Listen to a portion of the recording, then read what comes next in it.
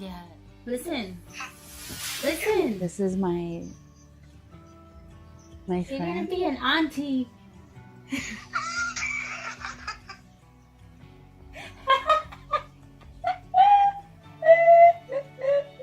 I wanted to tell you in person, but I couldn't wait any longer. I already knew this. I just recorded you. I already knew this. I told Noni when you left. Remember the video I sent you for when you were leaving? Yes. When I hung up the phone, I went to my friend's house to drop something. I was praying in the car, and I got home and I was praying in the car. And I already knew this. God already confirmed it to me, but I was waiting. I didn't want to rush it, so that's why the whole time you were in Puerto Rico, I didn't mention your period. And I told Noni when you left, I'm like, your mom is pregnant, and he looked at me crazy. He goes, what? I'm like, she's pregnant. I have a feeling she's pregnant, but I don't want to say anything because I don't want to ruin it. I don't want to, she's on vacation. So I was just waiting for you to, for your promise. We just found out. It is amazing to have those prayer warrior friends around you. It is necessary to have those friends around you in every season of your life. And not everyone is going to stay, you guys. There are seasons where people are going to come into your life, and there's moments where they're going to leave. Not everyone who comes into your life is meant to stay. You need to know the purpose and intention for everyone that comes into your life. And you don't get mad when people leave or walk away, or when you decide to walk away or leave. You don't get mad at that. You just appreciate the season with the people that were in it. And I'm always grateful for that. But that's another video, because nowadays everyone gets mad, like, oh, they were never a true friend if they just walked away from you like that. That's not necessarily true. There is a season for everyone in your life, and you need to know and have discernment of what the purpose is for that person. And if you're not friends with them now, that's okay too. Everyone serves their purpose for that time. Second day of pregnancy. Last night, I woke up around 1 in the morning thinking that I slept the whole night because I felt refreshed, but I didn't end up going to sleep till like 11. So when I woke up at 1 and I saw that it was just 1, I'm just like, this is crazy. And I didn't fall back to sleep till like 3 something. So yeah, it was hard for me to wake up in the morning. Luckily, I have an amazing husband who didn't even wake me up to get dressed. I stayed home, I slept. Yet I'm still exhausted. My body is just working. So, the insides are just doom, doom, doom, doom, doom, doom, doom. And I'm feeling it. Always making I'm noise. feeling exhausted and I'm so sleepy. So I've been feeling a little nauseous today. Hungry. And that's about it, I think. That's about it. I was craving tuna fish all the time, and that's what I would have. It would be just tuna fish. Who am I telling you now? This is my bonus daughter. Yes, I'm telling her now.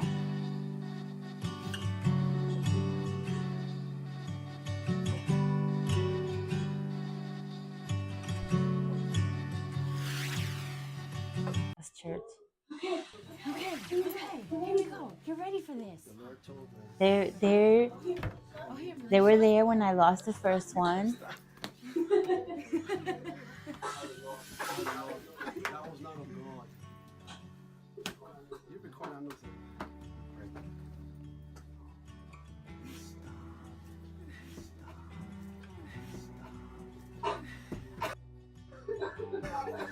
Why do I? Why do I have that wrapped around my waist?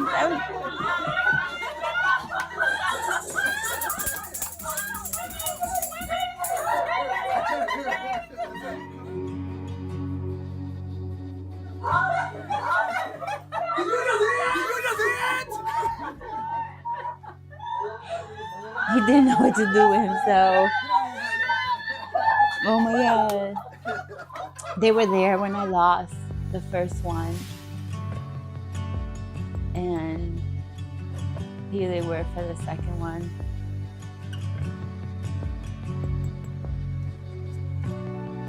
That was great. That was great. How far along are you there? They were so small, the babies. I guess it was hot in there. Oh my god, my hair! Did I go through a phase that I didn't want to do my hair? Oh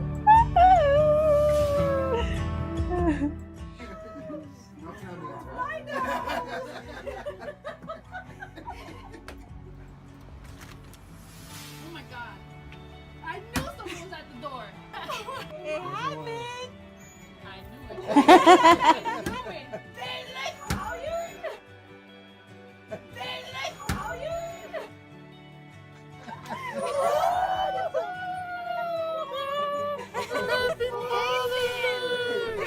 They were great. They were great. They were great. It was great to have a support system. It was great to have a support system for what was about to happen. These are other friends of ours. You guys are gonna be T.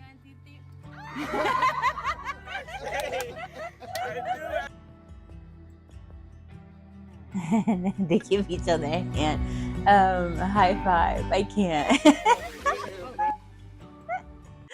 Oh my god, that was great. Oh my god, my squirrel!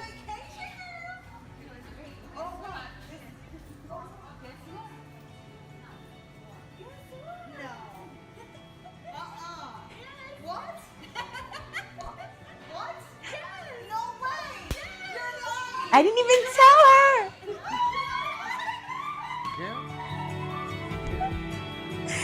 Oh my god, I didn't even tell her!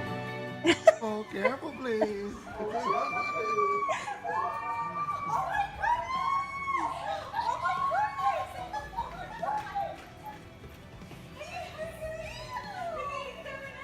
Oh, there's her husband.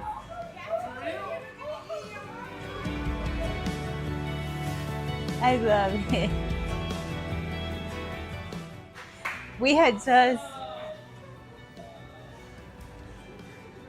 I love it. You have to apologize now. We had just had like So good. a conversation about me trying to get pregnant. That's why. That's why.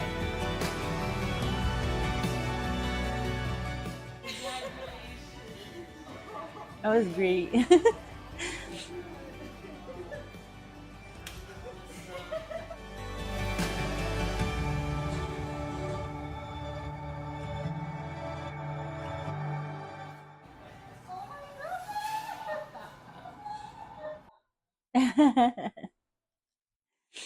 That's why I always, and I'm going to continue to say, we were created to be around other people.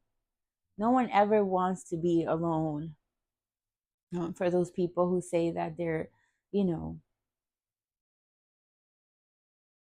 they're introverted and they just rather be in their own space. It's just that you have never been around people that you truly love and that love you and that care about you. And when you find that, everywhere that you go and everyone that you meet, you say, is this my village? Is this my tribe? Is this my clan?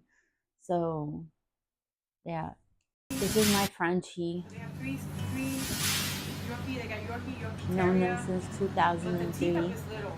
you wouldn't want that. That little thing, you kill it. You know how many times it creeps up on you? We don't want a dog. No, I know you don't. Because We're gonna have a baby! I randomly said, I'm gonna go to your house.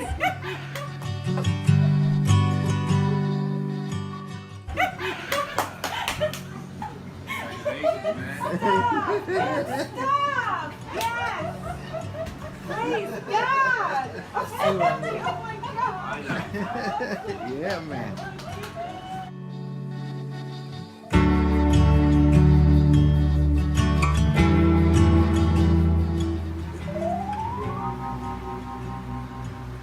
That's how it looks.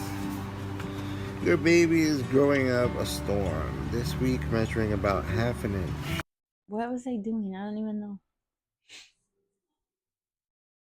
Oh, we thought we were 8 weeks. We thought, I guess we weren't.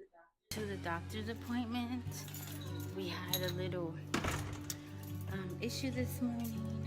They had to reschedule me earlier, so we had to schedule everything around to make this appointment, but we didn't want to wait till Wednesday because that's the next appointment. It was Friday. It's a long weekend.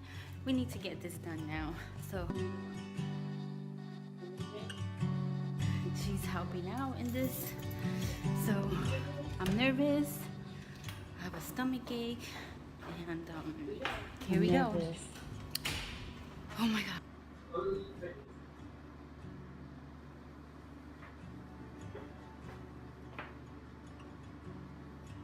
Like I told you, it's early pregnancy.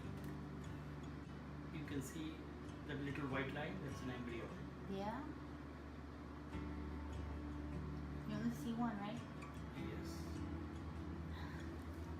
Kind of in a lower I say you only pregnancy, see one, right?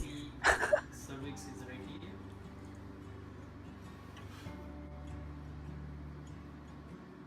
Yes. I started.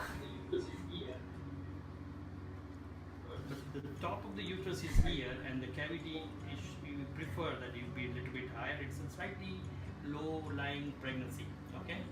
We'll keep an eye over it. I mean, it's too soon for us to know one way or other. It's very early. You are measuring 24, so probably about 5 weeks and a change. 5 weeks? Yeah. I was So 6 we're weeks. going to do some blood work.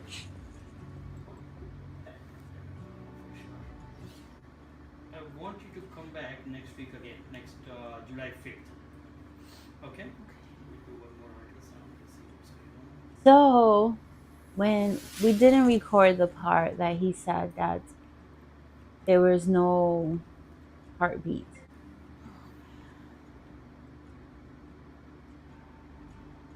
Is that moving? So some flickering there. Difficult to say. This is the embryos. So next week, hopefully we'll see a little better. Okay. Only thing that concerning right now is two things. You can see this is the cervix. It's lying. The pregnancy is lying in a lower part of the uterus. Sometimes it can go up and you'll be okay. This is the. See this? It should be somewhere here. It's kind of low, but it still can go up. So keep an eye over it. It's a low implantation. This is your cervix. The real uterus is somewhere here. So it probably will. So he also said, so there was no activity, there was no heartbeat, and he didn't tell us anything good when we left that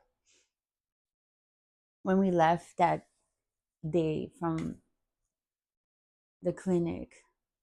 So it was really sad. We had to spend the whole entire weekend, holiday weekend at that, with the thought of, there's no life in there.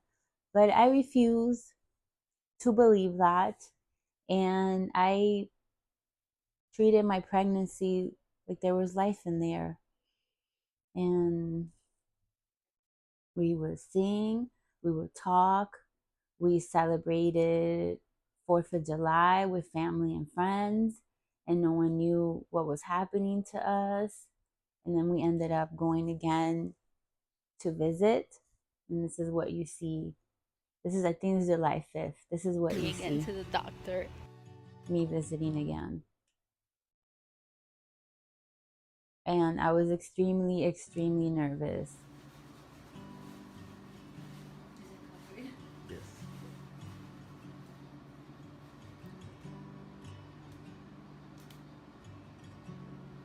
With the video. Oh.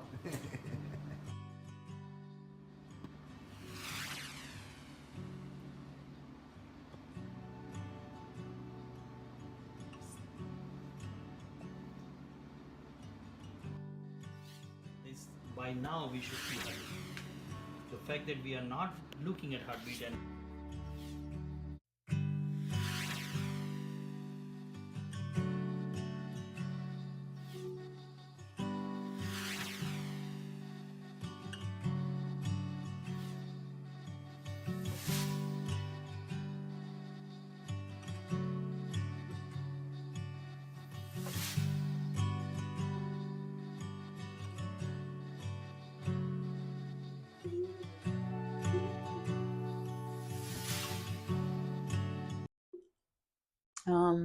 So yeah, I was told I had no life inside of me and that I had to go get a DNC, and I said no.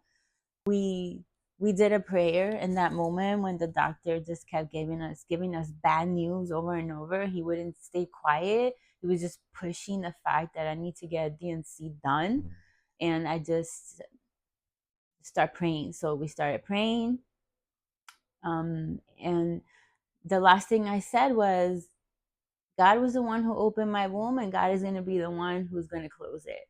So when this baby is about to come out, it's going to come out the way God intended it to come out. But there's no way I was going to go get a DNC. And I didn't. And I had to open up service that night at church.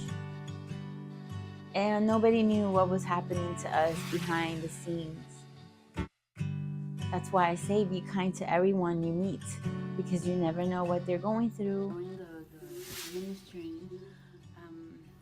it's a lot to carry as a woman, because all these things start going through your head, you know.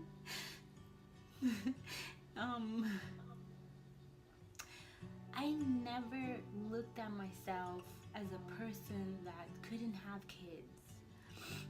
I never had that idea in my head. I never saw or believed that other people said, oh, you know, she's barren, she can't have kids.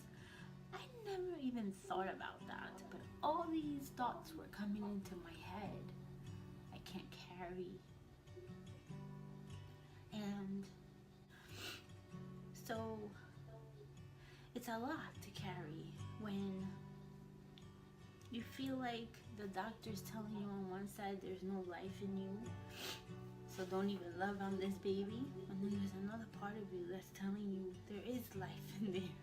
There is life. I just started to cry in church. And I started to release that with a cry, with a wailing. And he said, let's go up to the front and pray. We went up to the front, and I was just leaving all there to God, that his will be done no matter what. He's gonna get the glory out of all of this. And who says that, you know, unless you know who your God is? And the pastor came and he prayed for us, and that was so beautiful. And it broke me when he started to cry, my own pastor, because he was there when I lost the baby the first time. My husband gave out this cry from deep in his heart, the only way he knew how, and it was singing. And he just released it in the air, and that was it for me. That was it for me, because it's one thing that I cry and release, but it's another thing to see your husband, a man. It just broke me, and I'm like, God,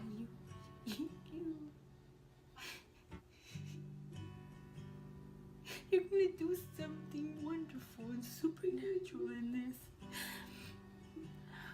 myself on the floor. My husband threw himself on the altar, and we just left it all there. Everything that I was feeling, everything that I was carrying, I left it there for God to take care of it, to handle it, to do it the way He knows best. What do I have to say about that moment that I felt like was